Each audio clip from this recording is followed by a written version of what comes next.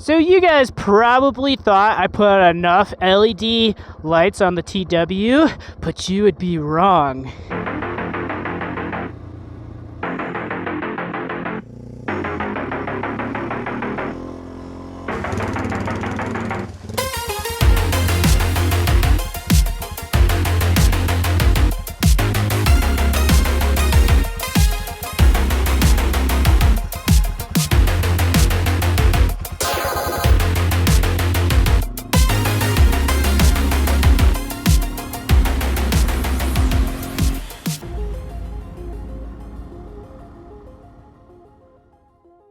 So Novsight sent me their new Cyber 1 2-inch off-road pods, and they actually sent me 2 of their 4-inch pods, and I'm putting those on the van, and I actually customized the front bumper for them to fit like inside of it. I think it's going to turn out really cool. And these Novsight off-road LED pods seem to be a lot higher quality than your standard run-of-the-mill cheap Amazon lights. You can change the color temperature right from the button, so it'd be interesting to test these out. We got some instructions. Here is what the off-road pods look like. It's a good size for a motorcycle, not too big. And we have all the wiring, control box, and switch assembly, extension cables, hardware. And here we have 2 different bracket options. They got a bar clamp style brackets, 2 of those, and then just the regular style brackets. All right, so I got it hooked up to a power supply, 14 volts, and there's the red battery negative, and then ACC, which I probably will attach that to my high beams, so that way when I turn off my high beams, these will turn off as well. Let's go ahead and push the white button. There's white and yellow, or you can just make them yellow. And it also has a strobe mode, which I probably will never use, but it will be interesting to see how bright these are. And also they're pulling about 3.2 amps, which is about 44 watts. So hopefully the TW200 stator can handle all the extra lighting I have on here. Definitely helps having an LED headlight, frees up a lot of wattage, but I also have this light bar. But I could also change these running lamps to LEDs. Filament style bulbs pull a lot of wattage. That could free up some as well. But it is good to have a voltage display. I know the stator will not put out as much current at idle, so you probably wouldn't want to have everything powered on at idle. But you really only need the extra lighting when you're riding. The first thing you want to do when installing auxiliary lighting is to figure out where you want to mount them. It's pretty important. And I was thinking about making a custom bracket that bolts onto here, but it does come with these handlebar clamps. And of course you could try to mount them to your handlebar. I don't want them that far back, but I found that they mount really well to my handguards. So you can actually maneuver them on here, and once you fully tighten them down, I don't think those are gonna move at all.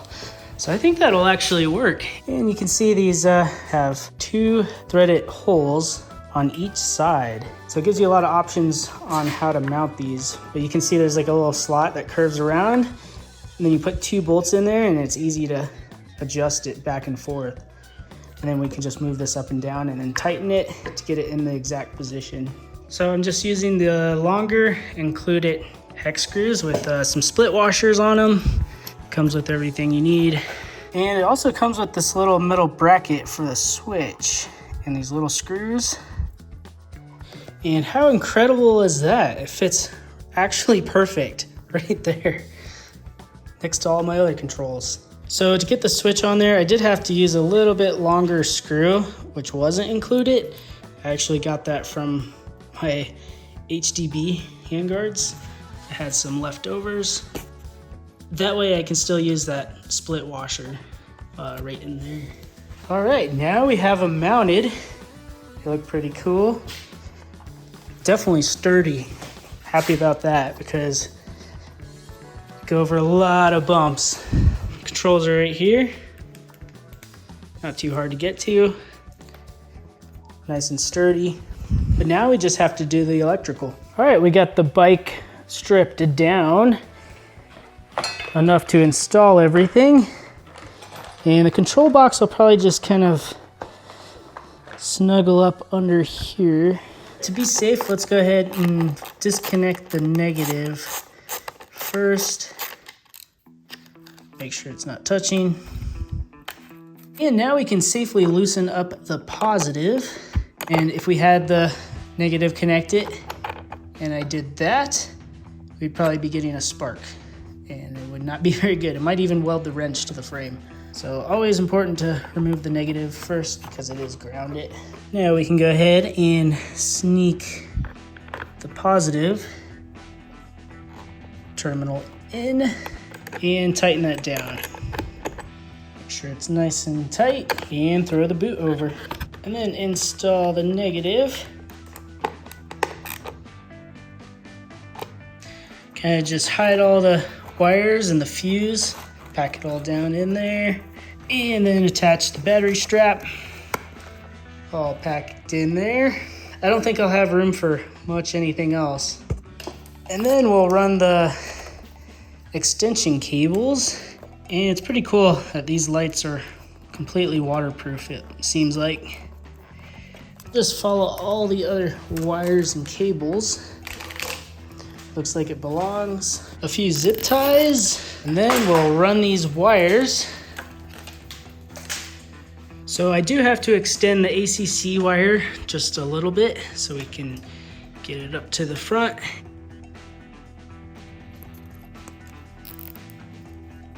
And I'll splice the ACC into the high beam circuit. It all plugged in, and the wires are shrink wrapped, zip tied everything, and we should be ready to put everything back together. But let's go ahead and test it out really quick. So it shouldn't work until the high beam is on, and looks like it works.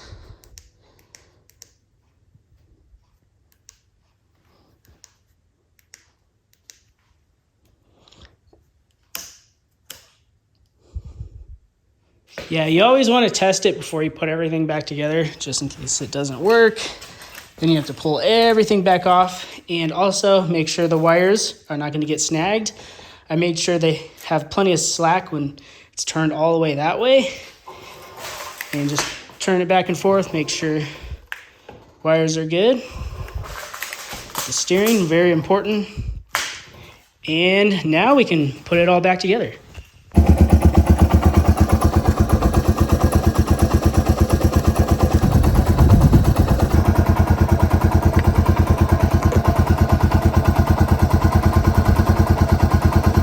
Check this out. Here's the high beams, just regular. There's a little light bar. And then there's more. That is so bright. I'll be able to ride all night long.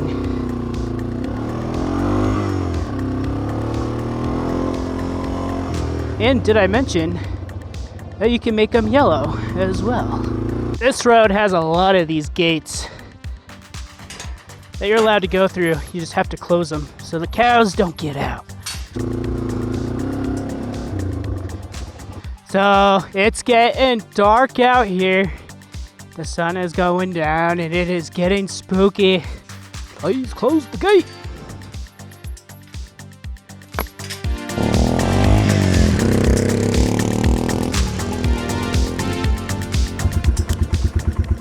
See that deer out there, guys? It's a little blinky. Oh, he just looked up at us. He's staring. He's like, those lights are so bright.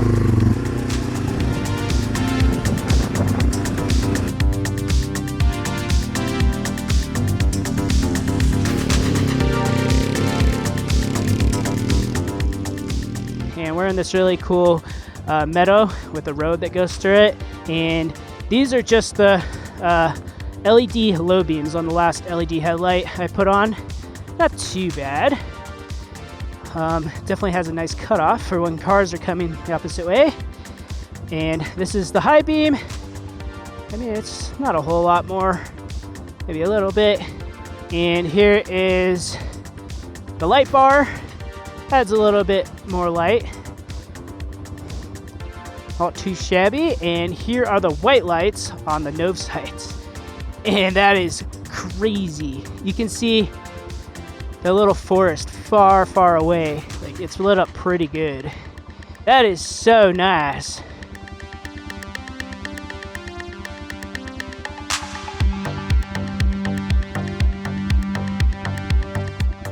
But anyways, guys, let's go ahead and turn everything on.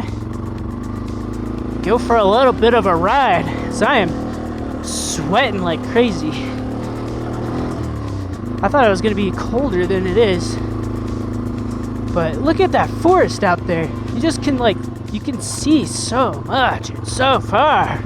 It honestly makes my other LED lights look kind of lame. I could ride all night like this. And we're at 13.7 volts. That's not too bad.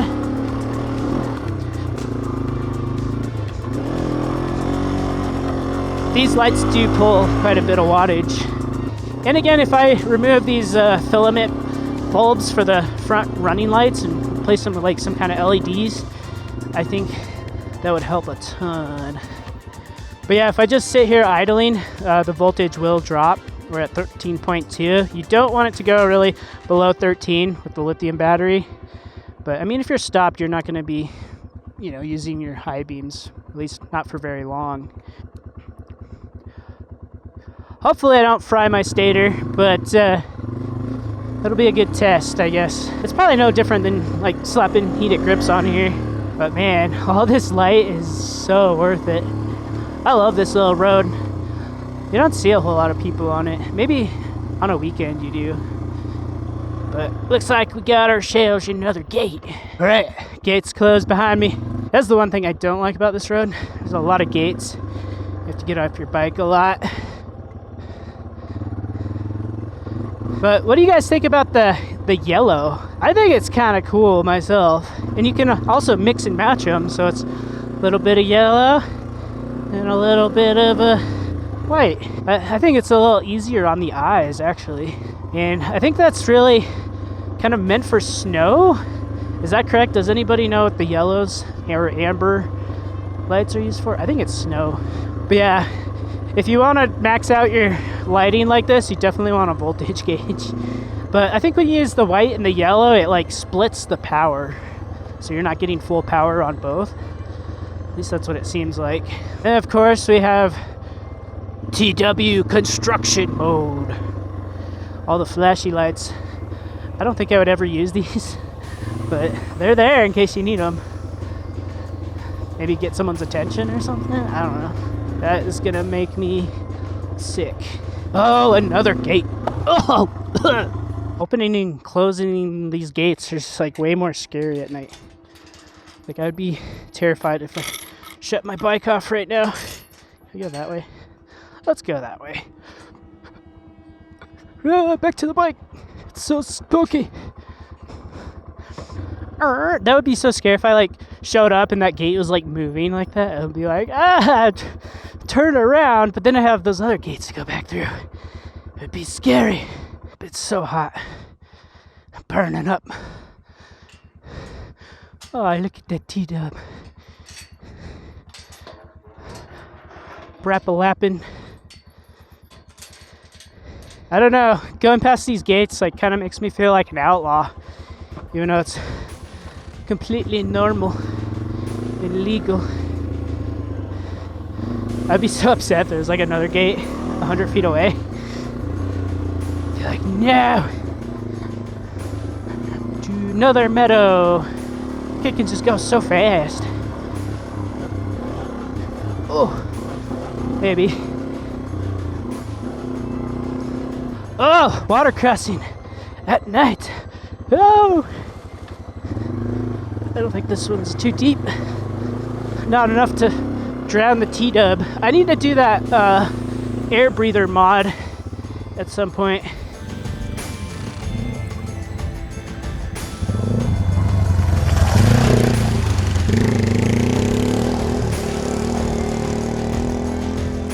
There's nothing like a water crossing in the middle of summer at night. They're so refreshing. Woo! But yeah, these lights are not moving at all. They're not jiggling or changing position. Exactly where I attached them. Seems like they can handle the bumps pretty well. Oh, yeah, nice another water crossing. I'm not in the right gear for that. Woo! I think someone put some trash in the middle. I'll have to come back later. Grab that if I have time. Ooh, this road is getting overgrown. And we have another gate. Oh, I'm at 14.5 volts. That's pretty good. I had the lights on the whole time. I'll take it. Oh, it's so spooky. Actually, guys, I totally took a wrong turn. And I think I was supposed to turn right at the first water crossing. Because I don't remember that second water crossing the first time I rode out here. But maybe I just forgot about it. I don't know. Oh, this one's a little deeper. And we are on a road. But it's the wrong road. Oh, and also this road is closed to OHVs, but it's open to licensed vehicles. So this is why having a dual sport is the coolest thing to have. It gives you so much more freedom legally, because this is such a fun road. It's like not too technical, but it's just like super flowy and loads of joy. Oh yeah, I'm supposed to turn this way. Honestly, I saw this and it looked like the wrong way to go. I don't know which way is the right way. Up here there's two. Oh, I think it was the other one. I couldn't tell. But yeah, these lights make me want to ride at night so much more. We're at 14.3 volts. I'd say that's pretty decent. Battery's definitely getting charged. It seems like they make the stators a little bit heftier than they really need to be. I mean, I guess I'm going to test that theory. And also, I think the newer TW's got an upgraded stator. The old, I would say pre-2001, I think they upgraded a lot of stuff. And I think this better stator was one of those things. He'll climb away.